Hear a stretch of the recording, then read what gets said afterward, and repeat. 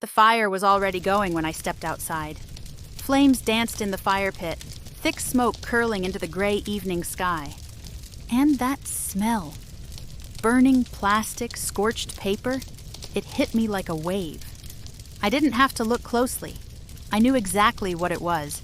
My boxes, my photo albums, drawings I made when I was 5, birthday cards from my mother.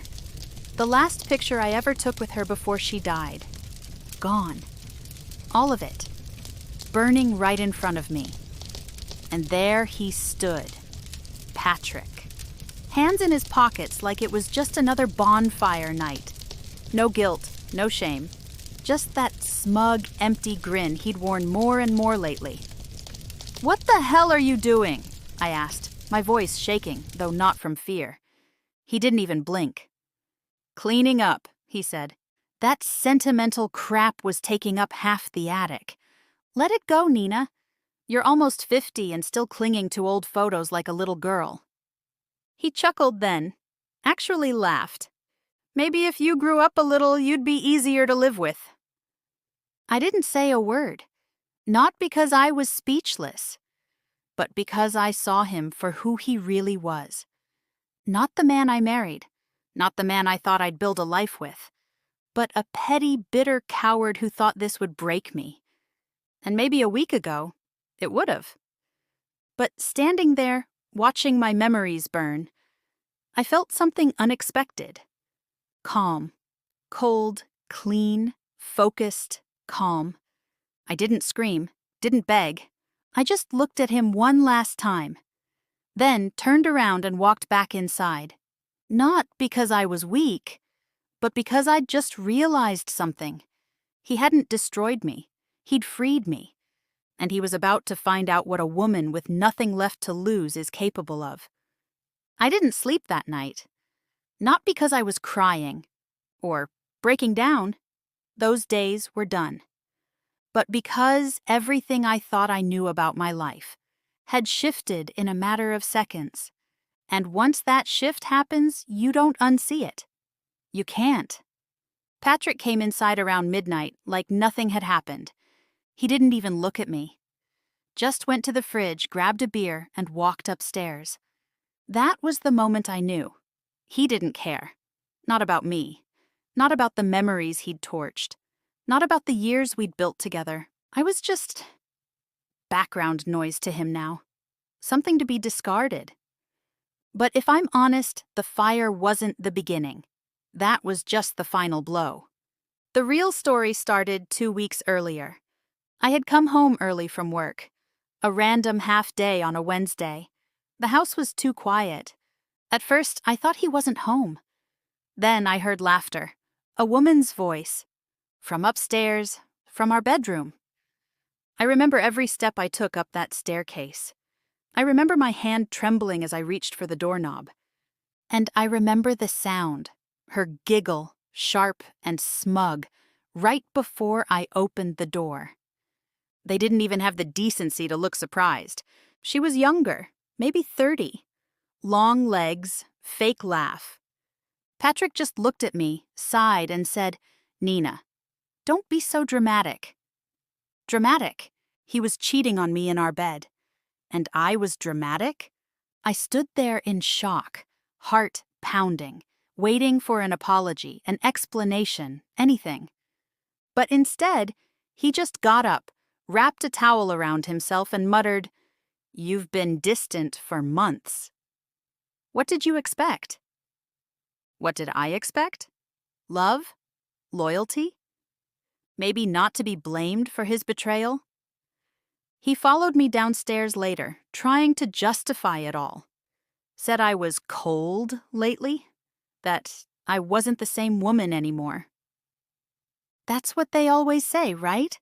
When they're caught, they flip it. Make you question yourself.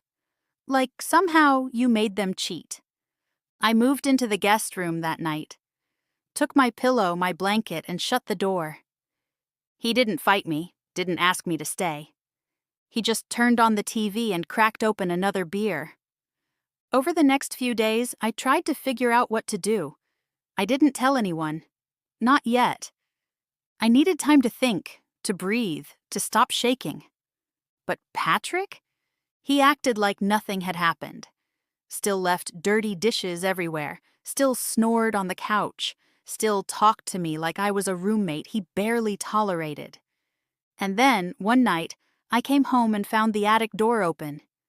That was strange. He hated going up there. Something felt off, but I didn't say anything. I should have. But I didn't. The next day, I noticed one of the boxes from my childhood was missing. He claimed he hadn't seen it. A few days later, another one vanished.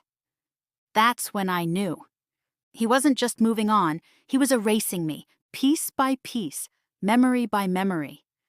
And I still remember the way he looked at me that morning, sipping his coffee, eyes cold as ice. "You act like you're some kind of saint," he said, "but you're just a sad little girl hiding behind old pictures. Grow the hell up, Nina." He walked out the door after that, slamming it hard enough to rattle the walls. That was the last morning I let myself cry over him. The next time I saw those boxes, they were burning.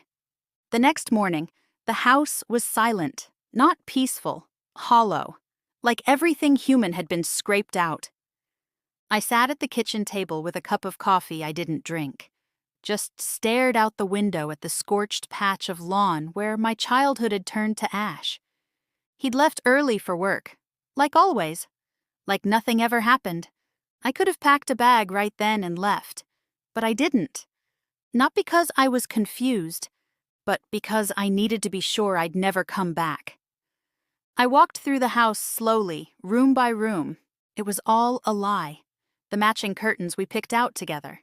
The wedding photo still hanging in the hallway, though I couldn't remember the last time I looked at it and felt anything but numb. Our home had become a graveyard of illusions. He thought he'd humiliated me, thought he'd broken me down to this quiet, invisible shell. But standing there, barefoot in my own living room, I realized something simple and terrifying. There was nothing left to lose, and that was freedom. That night, I opened my laptop. I pulled up my old savings account, the one he didn't know about. Still there. Still mine. Not much, but enough. Enough for a deposit. Enough to disappear. Enough to start. I texted an old friend, someone I hadn't spoken to in years. Someone who once told me, "If you ever need out, I'll be here." She responded in 5 minutes. "Name the time. I'll help." I didn't cry. I didn't feel triumphant either.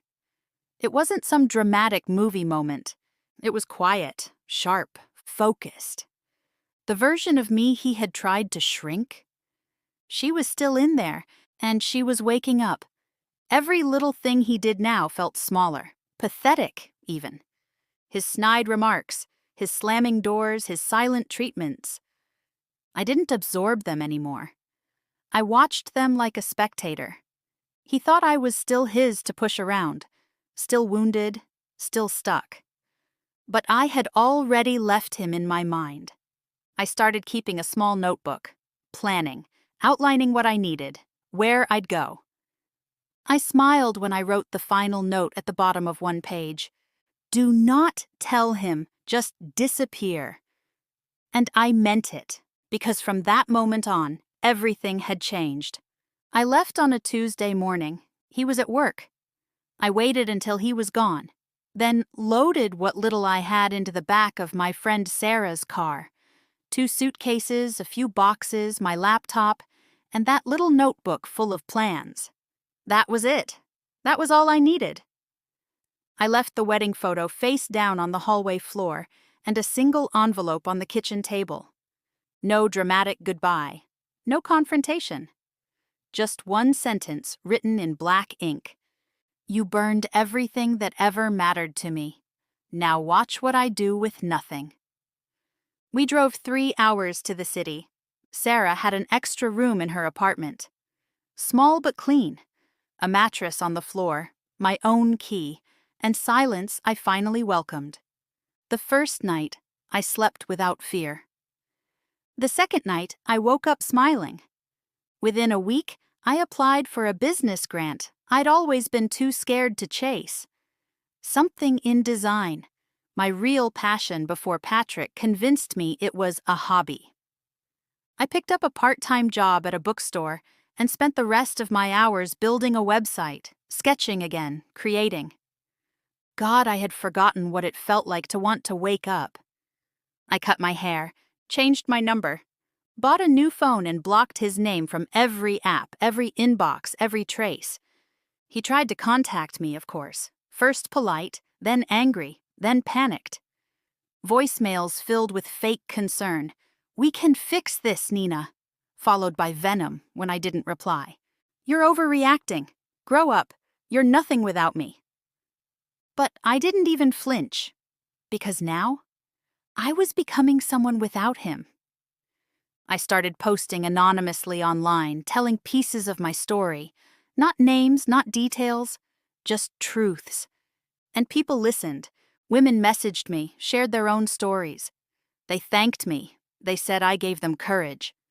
I never thought I could be that person, someone others looked to for strength. But I was. One post went viral, not because it was sensational, but because it was raw. It was titled, "He Burned My Childhood. I Built an Empire from the Ashes." And that's exactly what I was doing. With the grant money, I launched a small online boutique, combining vintage design with modern storytelling. Each piece came with a little tag, a quote from someone who had survived something. It exploded. Orders came in faster than I could handle. So I hired 2 women I met through that same online support group. We worked from a shared studio space that smelled like coffee and freedom. We laughed. God, I hadn't laughed like that in years. My face began to change. Not physically, but in the way people looked at me. I stood taller, spoke louder, didn't shrink anymore when someone challenged me. And one afternoon, just as I was about to leave the studio, a woman walked in. Blonde, designer bag, tall heels. I knew her face before she even spoke. It was her, the woman I'd found in my bed. She looked around, clearly not expecting to see me here.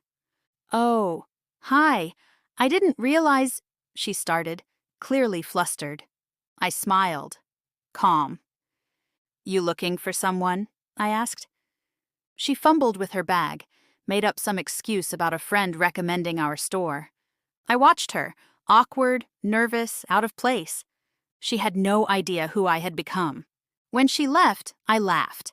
Not because I hated her, she was just another casualty of his arrogance, but because, somehow, the universe brought her straight to the thing he never saw coming.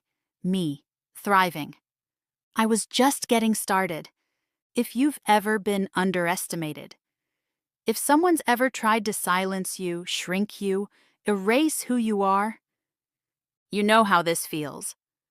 Subscribe now, because what happens next?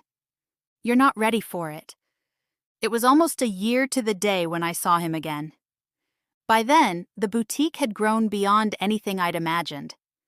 We had our own space downtown, not just a studio, but a full storefront with tall windows, soft lighting, and a buzz of constant energy.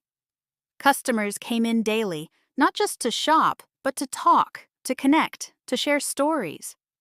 We hosted events now, storytelling nights, workshops, small gallery-style evenings where women could display their art, their pain, their triumph. That night, I was hosting one of those events. I wore a simple black dress, red lipstick, and the confidence of someone who'd fought her way back from the edge.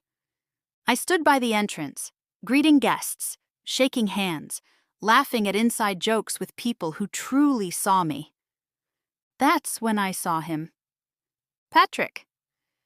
He stood just outside the window for a second, staring like he wasn't sure if it was really me. Then he walked in, slowly, like he was still in control, like he still thought he had power here. He looked thinner, paler. His clothes were wrinkled, his hair unkempt. Life had not been kind to him since I left. "Wow," he said, giving a weak smile. "You look different?" I didn't smile back. "What are you doing here?" I asked. Calm, flat, no emotion. "I heard about this place. From someone. Didn't realize it was yours until I saw the name." He looked around, taking it all in. The people, the lights, the warmth. And then he looked at me. Really looked. And for the first time in all the years I'd known him, I saw it. Regret. "You really made something out of nothing," he said, voice low. "No," I replied. "I made something out of what you tried to destroy." He blinked. That hit him. Good. He shoved his hands in his pockets, cleared his throat. "Look, Nina, I know things ended badly. I was going through some stuff and—" I raised a hand. "You don't get to rewrite it." He shut his mouth. I took a step closer, leaned in just enough for only him to hear. "You burned my past and expected me to beg for your love. Instead, I built a future that doesn't include you. You don't get to touch it. You don't even get to stand near it." A few people glanced over, sensing the tension. One of my coworkers started to approach, but I shook my head. I had this. Patrick tried to smile again, tried to soften. "I just thought maybe we could talk. Get coffee sometime. I don't know. I miss us." I actually laughed. "Us? There is no us, Patrick. There's me, and there's the man who thought he could destroy me and walk away without consequences." He looked down at the floor. His voice cracked, just slightly. "I lost everything, you know." "I know," I said. "You started the fire." He turned and walked out without another word. I stood there for a moment, staring at the door he'd just exited through. Not because I was shaken, but because it was finally over. He saw me. All of me. Not the version he tried to control, or the woman he dismissed. He saw the result of every sleepless night, every step I'd taken without him. And he knew. He lost. He tried reaching out one more time. A message request popped up on my new account 2 weeks after the event. I almost ignored it. Almost. But something made me open it. It was a long paragraph. Rambling. Regretful.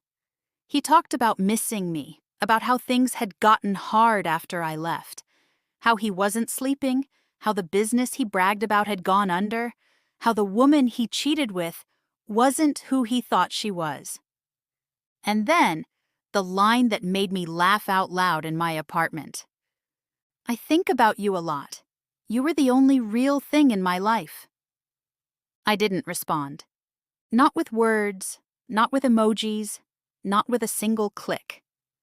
I deleted the message, then blocked him, again. For good. Because by that point, I wasn't angry anymore. I wasn't even sad. I was done. The greatest revenge wasn't yelling at him. It wasn't humiliating him in public or burning his memories like he did mine. It was silence. It was peace. It was not needing to prove anything to anyone, least of all him. I didn't need him to see my success. But the fact that he did, that was just the cherry on top. I now live in a light-filled apartment with plants I actually remember to water. I host workshops for women who are rebuilding themselves. I take walks alone and never feel lonely. I have a life that's mine, completely mine. He used to say I was too soft, too sentimental, too stuck in the past. Funny how that soft woman turned out to be stronger than he ever imagined. I didn't just survive him. I left him behind, and I never looked back. What would you do if someone tried to erase your entire life? Drop it in the comments. I'm listening.